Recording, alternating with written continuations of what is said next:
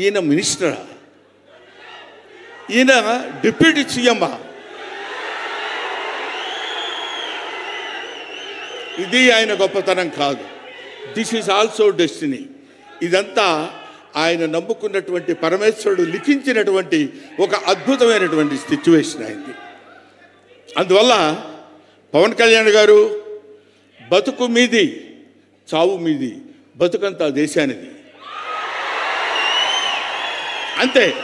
పుట్టుక మీది చావు మీది, ఈ రెండే మీవి.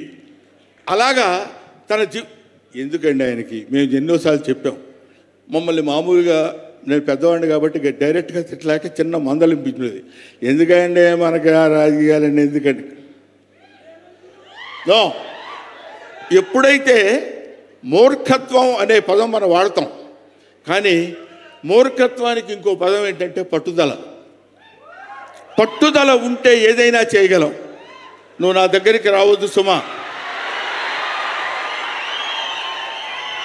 వెళ్ళు.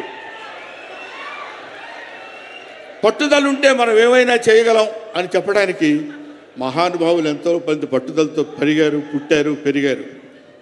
ఒక లాల్ బహదూర్ శాస్త్రి పట్టుదల, ఎడం చేత్తో కుడి చేత్తో పుస్తకాలు పట్టుకొని ఎడని చేత్తో గంగానది ఈదుకుంటూ వెళ్ళి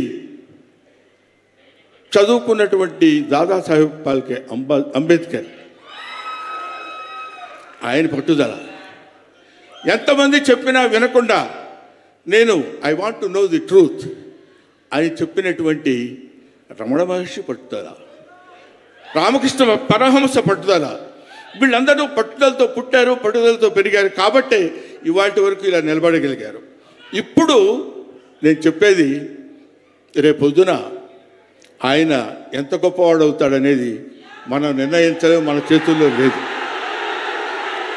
ఇవాళకి ఈ స్టేజ్కి వస్తాడని మనం అనుకోలేదు. ఇక తర్వాత ఏ శిఖరాలైనా అధిరోహించబోతున్నాడో అది ఆయన చేతుల్లో లేదు, మన చేతుల్లో లేదు. సకల సృష్టి స్థితి రేఖారుడైన భగవంతుడి చేతుల్లో ఉంది. కాబట్టి ఆ నిర్ణయించినటువంటి ఆ డెస్టినీని నమ్ముకొని వెళ్ళేటువంటి మనిషి కాబట్టి ఆ మహానుభావుడు ఇంకా ఇంకా ఇంకా ఎన్నో స్థితులకు వెళ్ళాలి, ఎన్నో స్థితులను అధిరోహించాలి అని మనం కోరుకుందాం. అధిరోహించి తీరుతాడు. అస్తు అస్తు అస్తు, శుభమస్తు. ఇది జరిగి తీరుతుంది. ఇది నిత్య సత్యం.